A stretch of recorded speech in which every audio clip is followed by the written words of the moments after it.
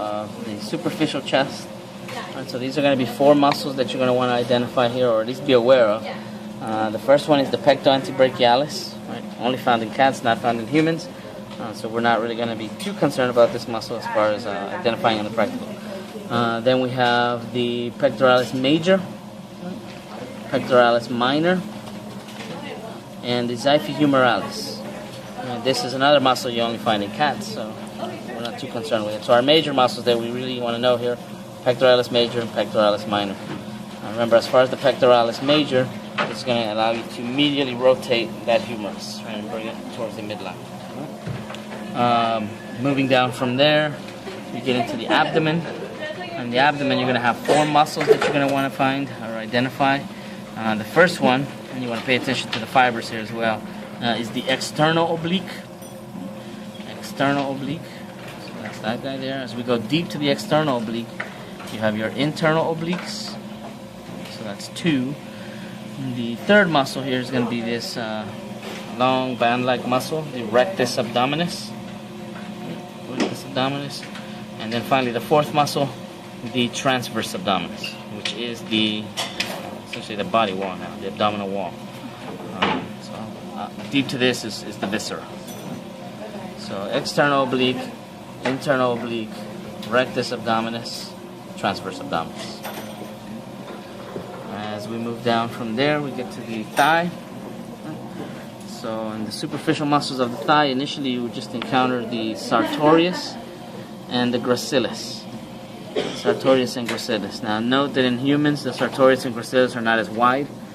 They are thinner, thick band-like muscles. Thinner, thick band. They're thin bands, right, that are going to run down the same direction, but not as wide. Okay. So this is the sartorius, and here's the gracilis.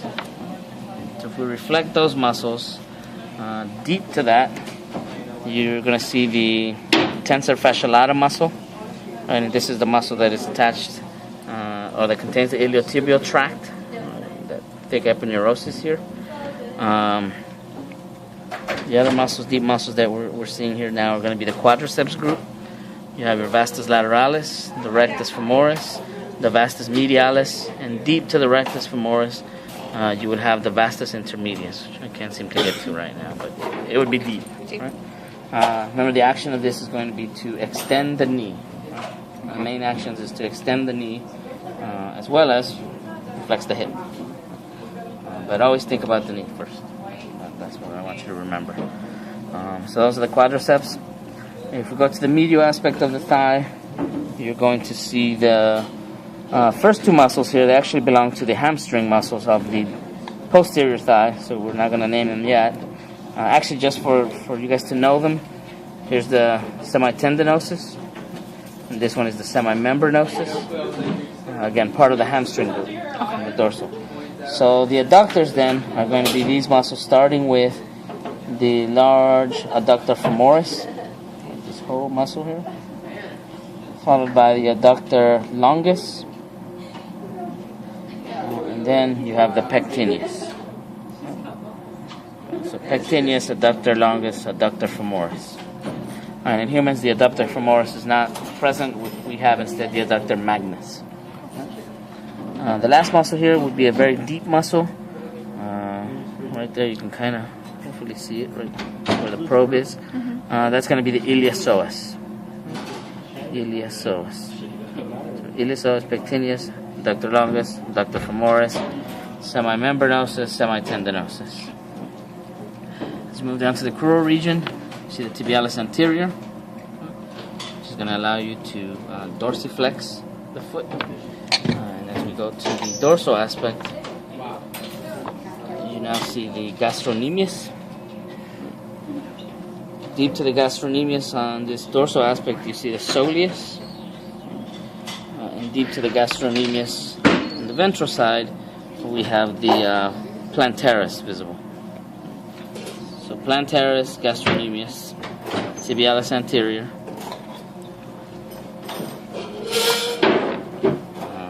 soleus, gastrocnemius. And those are the ones we're concerned with here.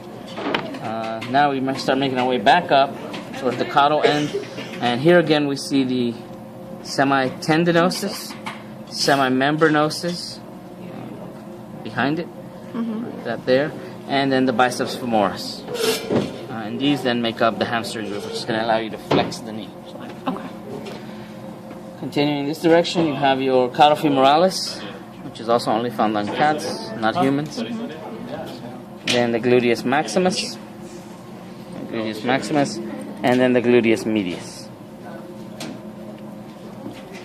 Continue to move cranially. We have the latissimus dorsi.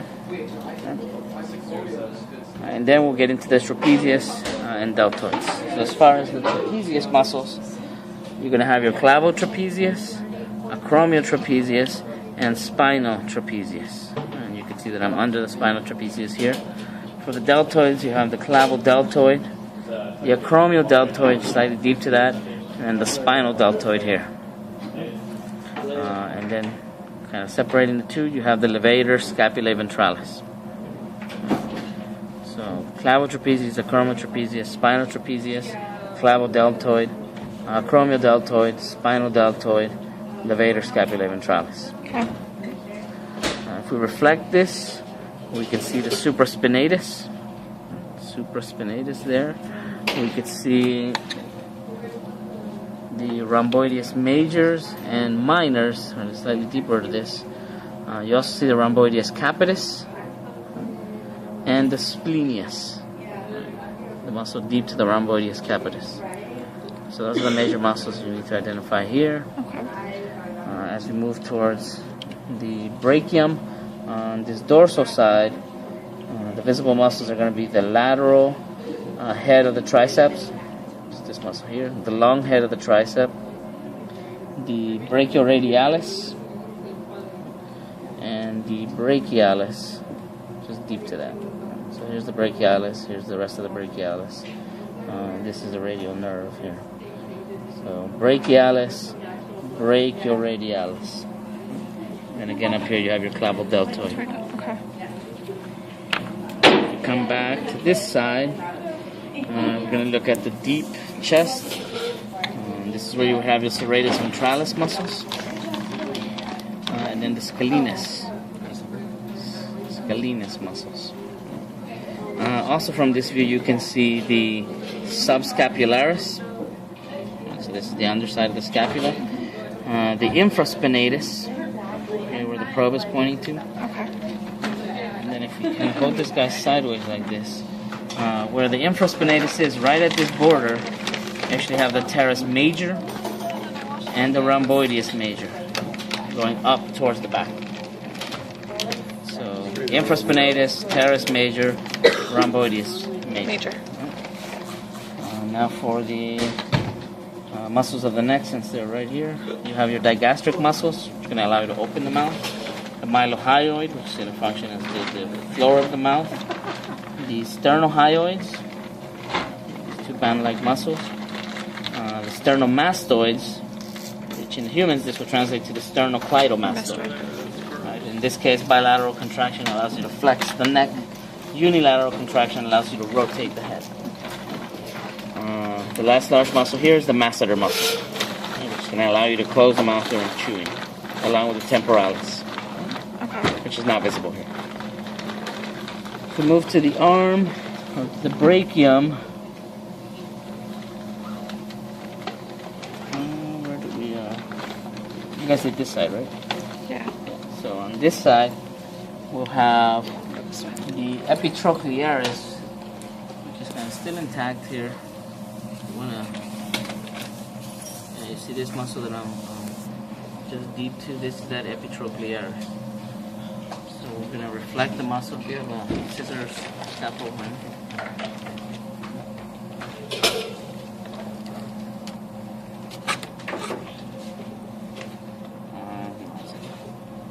Thank you very much.